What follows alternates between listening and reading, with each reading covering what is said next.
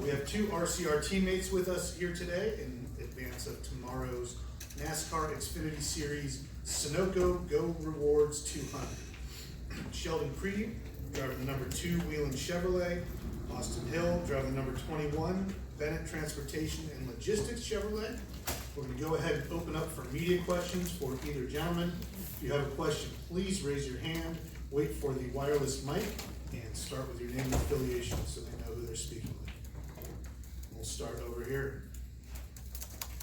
Thanks, Josh. Marty Sakala with Rock Sports Network, Race Pro Weekly. Sheldon, Austin, thanks for the time. First for Austin, last year second in ARCA and got the truck win here last year. What's the confidence level like coming on into the weekend in your first Xfinity race here? Well, this is probably one of my favorite racetracks that we go to. Last year was really cool to get the win in the Truck Series. I had been coming here for a few years with the K&N cars, and it seemed like each and every year we would always have a shot at winning on the K&N side, and something always would happen, whether it was left front tire going down, had transmission issues one year, and it just kind of always eluded us on getting the win. So last year was great, finishing P2 in that ARCA race and then carrying it over to the truck race. We had a really fast truck that day, so my confidence level is probably about as high as it can be going into Watkins Glen. We've been really fast on the road courses this year. We missed it a little bit at Indy, but all the other road courses we've been really solid. So, if we clean a few things up, minimize some mistakes on my end throughout the race, I think we have a shot at it. And then Sheldon, for you, I know it's been a tough first season for you with you being down the cut line with 5 races to go until the playoffs. But what have been the positives you've taken away from your first season? Oh, I mean, we've had decent runs. We went 5th there 2 weeks in a row just a few weeks ago. So I feel like we're building chemistry at the team. I think we're getting better. I think we're starting to work better with the colleague guys. Obviously, we're not just struggling with our 2 cars. Everyone out of the RCR camp is. So I think we're starting to see that a little bit. Like Austin said, we kind of missed it there in Indy. But yeah, plenty of positives to build off of. Just it's been tough to keep the momentum rolling when we have 2 good weeks and then a bad week. Thank you. Good luck this weekend. Thank you.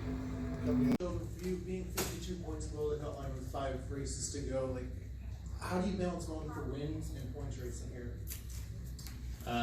Yeah, I mean, I think that's actually a pretty good question because that's tough, right? Because we can go and road course racing kind of, I guess, creates more that you can short pit the stages here. So if we have a really fast car, right, do we go for good stage points, or do we try to get points in one stage and try to short pit the second one and then put ourselves in a good spot for the end of the race?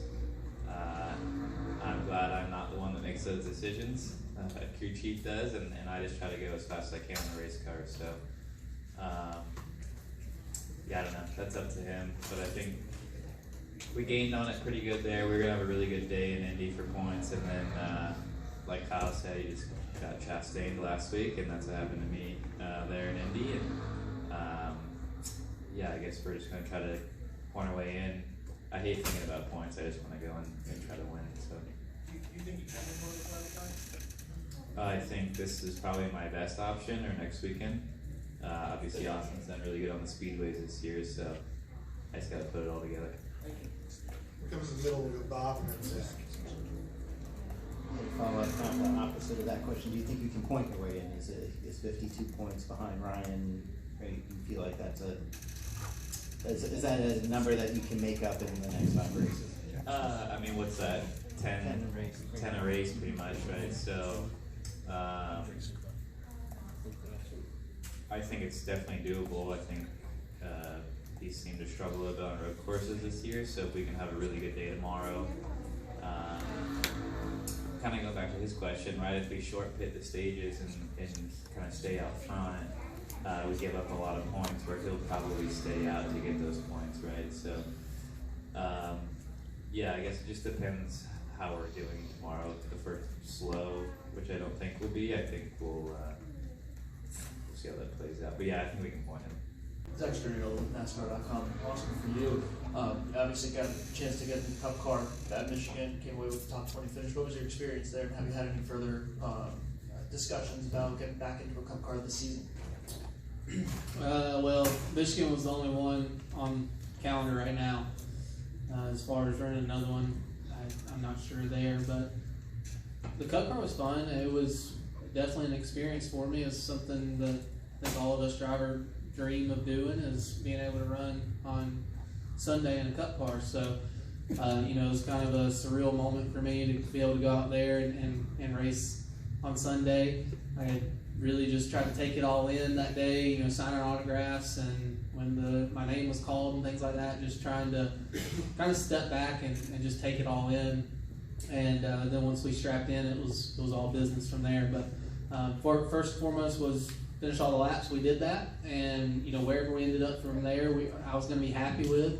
And to come home 18th for the first one, I thought was really good. We stayed out of all the mess, and the last thing I wanted to do is kind of hurt somebody's playoff chances. And the bad part of it was that it was a little stressful all race, as we were pitted right in front of Martin Truex Jr. and he's trying to race his way in. So I was trying to pit long the whole time and not mess him up. And so there was a lot going on that day, just trying not to interfere with anybody else's race. And but it was a blast. I had so much fun.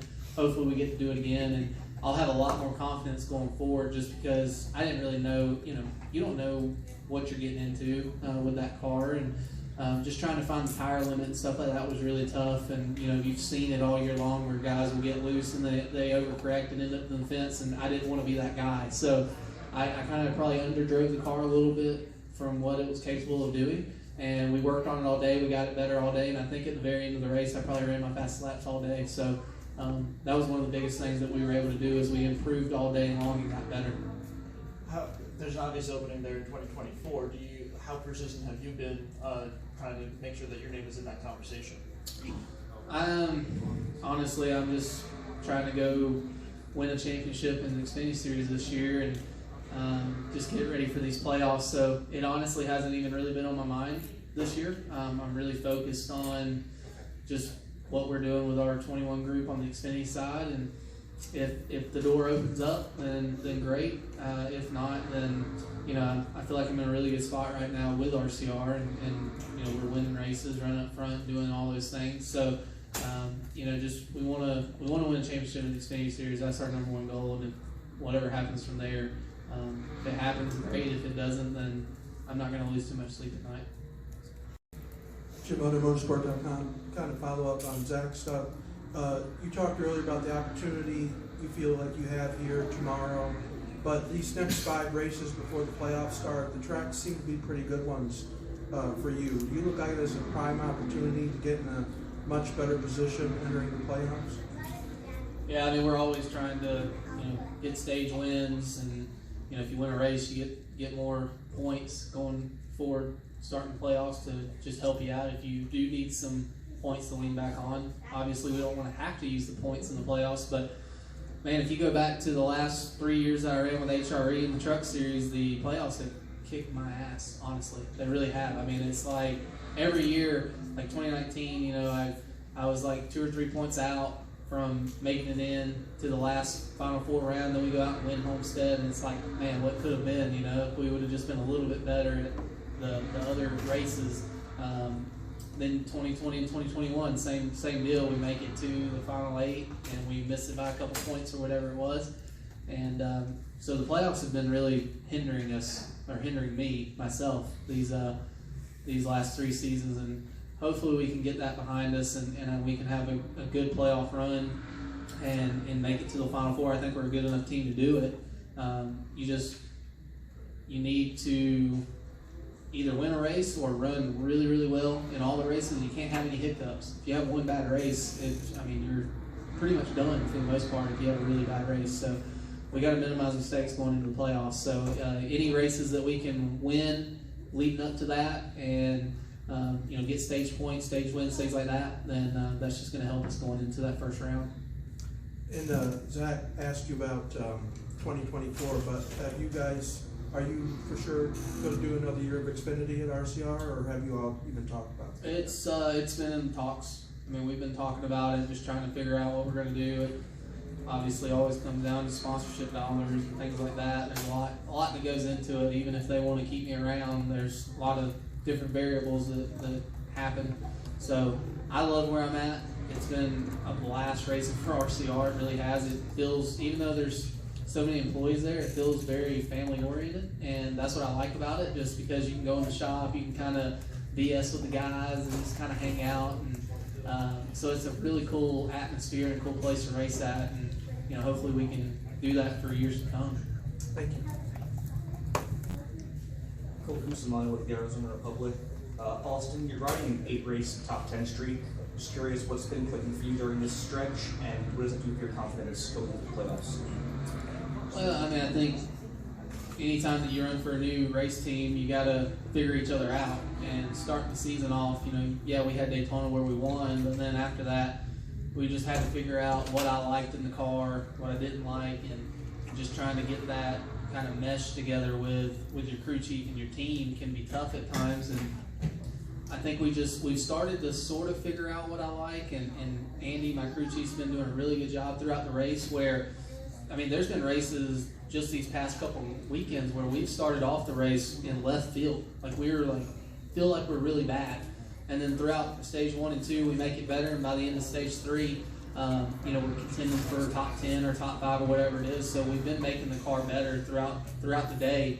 And I think that's one thing that's been really clicking for us is Andy and I are kind of on the same sequence right now, whereas, if I say the car's doing this, this, and this, and he knows kind of what he's wanting to do and what path he wants to go down, whether it's doing some wedge or track bar, air pressure, whatever it is to make the car better throughout the race. And I think that's where we're kind of really clicking on. If we could just ever unload just that little bit closer, I think that we can really contend for wins a little bit more instead of that 5th to 10th area that we've been running here lately.